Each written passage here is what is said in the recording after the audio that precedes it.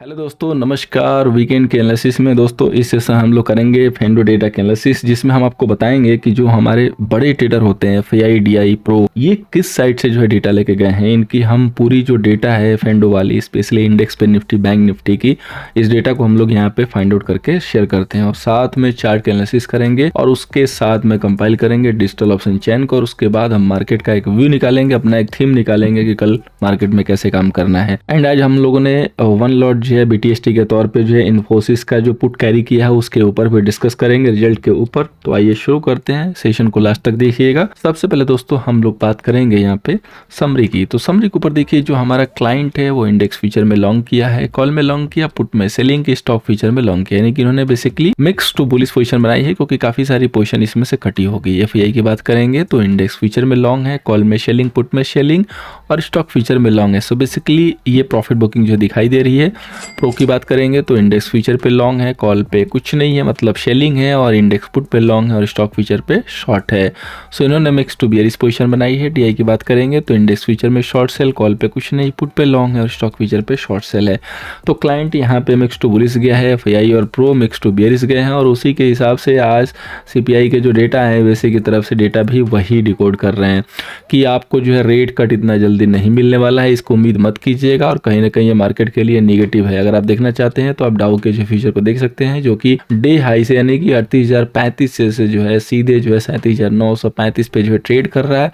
काफी एक sharp dip आया हुआ है ड्यू टू डेटा ओनली। अब आइए हम उस डेटा पे चलते हैं जहां से हमें एग्जैक्टली क्लू मिलेगा कि किसके पास कितना डेटा है। क्लाइंट की बात करते हैं इंडेक्स फ्यूचर पे। तो क्लाइंट जो इंडेक्स फ्यूचर पे 40,000 अब शॉर्ट होल्ड कर रहा है। डीआई के पास देखिए 26,000 शॉर्ट सेल है और एफआई के पास 66,000 लॉन्ग है और प्रो के पास 27 शॉर्ट है। कॉल की बात करते हैं तो इंडेक्स कॉल पे क्लाइंट के पास 86,000 शॉर्ट सेल है, एफआई के पास 1 लाख की क्वांटिटी लॉन्ग है और प्रो के पास 22,000 शॉर्ट सेल है। इंडेक्स पुट की बात करते हैं तो क्लाइंट के पास 465 शॉर्ट सेल है, डीआई के पास 72,000 जो है पुट है और एफआई के पास 177 जो है पुट लॉन्ग है और प्रो के पास 215 जो है पुट लॉन्ग है। स्टॉक फ्यूचर की बात करेंगे तो क्लाइंट के पास 14 लाख दोस्तों यहाँ पे लॉन्ग है, डीआई के पास 20 लाख शॉर्ट है, एफआई के पास 256 लॉन्ग है और प्रो के पास 313 यहाँ पे लॉन्ग है।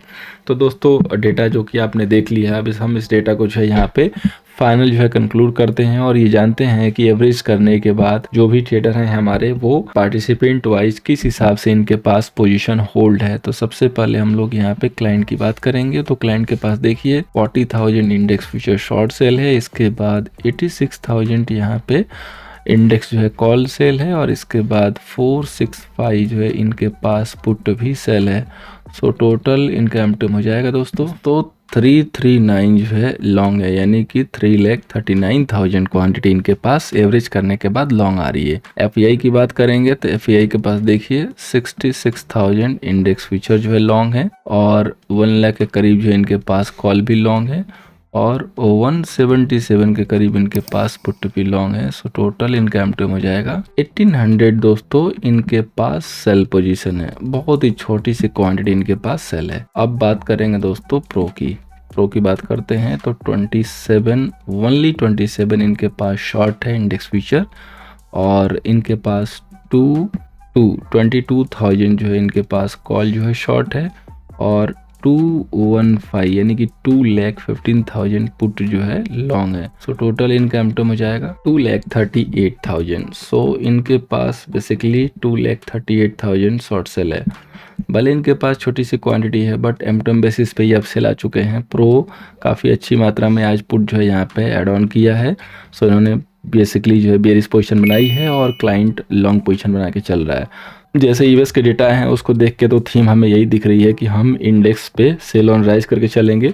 आज मार्केट में राइज जितना भी है ऊपर सस्टेन नहीं किया और हालांकि बॉटम से भी जो है मार्केट में देखेंगे तो सपोर्ट आ रहा था, तो ऐसा दिख रहा था कि कोई तो बैठा है जो कि नीचे बाई भी कर रहा है, लेकिन ऊपर का जो सेलर था वो स्ट्रांग था, इसीलिए मार्केट ने नया लो भी बनाया और इससे हमें एक थीम मिलती है कि हमें अपर लेवल पे कॉशियस रहना है, स्पेशली वैसे के डेटा के बाद। तो आइए अब हम अपने इंपॉर्टेंट लेवल को पता कर लेते हैं ताकि हम वहाँ से एक अच्छे लेवल से शेल आउट कर सकें। तो सबसे पहले हम लोग बात करेंगे बैंक निफ्टी की। रेजिस्टेंस है 47,620 का और सपोर्ट है दोस्तों 46,975 का। अब हम लोग इसको स्मॉल टाइम फ्रेम में कन्वर्ट करते हैं तो देखिए जैसा कि एक जो लेवल है 47,600 का एरिया जिसको हम लोगों ने ब्रेक डाउन किया था, ये मार्केट इसको आज ब्रेक नहीं कर पाया और गैप अप खुलने के बाद भी देखेंगे तो यहीं से जो है गिरावट आई है। दोबारा इसने कोशिश किया लेकिन उसके बाद भी वो ब्रेक नहीं कर पाया। तो कहीं ना कहीं एक क्लियर सा जो है हमें एक लेवल दिखाई दे रहा है कि जब तक बाजार जो है 47,685 या 47,620 के ऊपर प्रॉपरली क्लोज ना ले, या कम से कम एटलीस्ट 10 मिनट का जो है ट्रेड ना ले, तब तक हम अपर लेवल पे बाई अवॉइड करेंगे। और 47,000 का एरिया है, जब तक इसको प्रॉपरली ब्रेकडाउन ना करे तब तक हम यहाँ से बिलो सेल नहीं करेंगे, बल्कि हम यहाँ पे एक सपोर्ट के लिए, बाउंस बैक के लिए बाई करेंगे। तो फिलहाल हमें यही जो है रेंज दिखाई दे रही है कि 47,600 से लेके 47,000 की 400 से 500 पॉइंट की रेंज है। एक दो बार हम इस लेवल में ऊपर नीचे करेंगे, उसके बाद ही हम कहीं से या तो ब्रेकआउट या तो ब्रेकडाउन करेंगे, लेकिन वो इमीडिएट नहीं होगा। एक आध दो बार अभी हमें कॉन्ट्रा लेके चलना होगा। तो फिलहाल के लिए हम अपने सेटअप के अकॉर्डिंग जो है कॉन्ट्रा ही करेंगे। अगर पलड़ा देखेंगे किस साइड भारी है तो मेजोरिटी यही कह रही है कि सेल ऑन राइज करेंगे, ये सेफ होगा बैंक निफ्टी के केस में। अब बात करते हैं दोस्तों निफ्टी का। तो निफ्टी का दोस्तों रेजिस्टेंस है 21,755 का, सपोर्ट है 21,535 का। प्राइस एक्शन को मैच करके हम कोई भी ट्रेड लेंगे। जो भी लोग पहली बार देख रहे हैं उनको क्लियरली बता दें कि बिल्कुल ब्लाइंड होकर ट्रेड नहीं करना है, आराम से वेट करके कंफर्म करके काम करना है।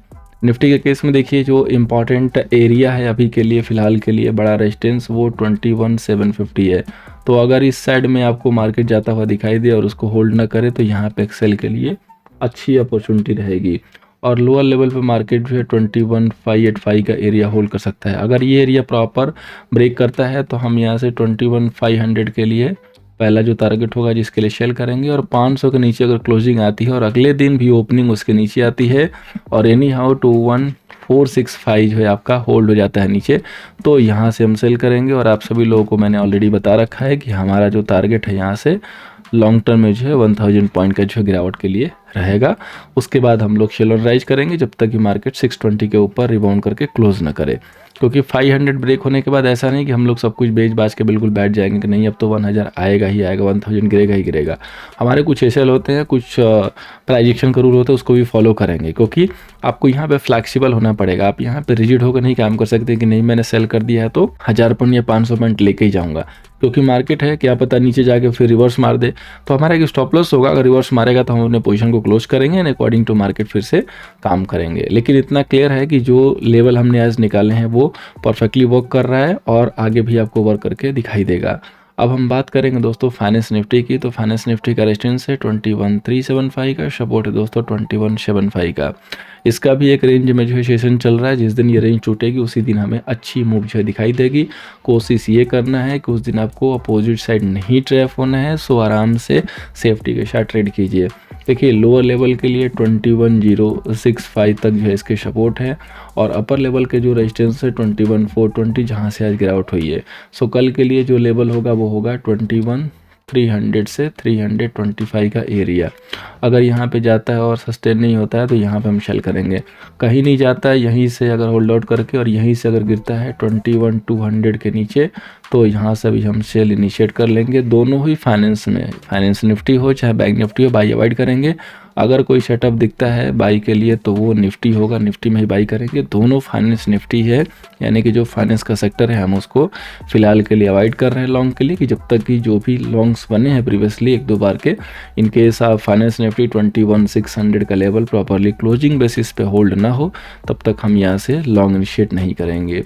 अब बात करते हैं दोस्तों स्टॉक सिलेक्शन की। तो एक जो स्टॉक है काफ़ी जो है दिनों से गिर रहा है, 5 दिनों से धीरे धीरे करके गिर रहा है, तो कहीं ना कहीं इसमें प्रॉफिट बुकिंग का साइन है। तो कल के लिए अगर चूँकि वीकेंड है, प्रॉफिट बुकिंग करना है तो कल अच्छा दिन है।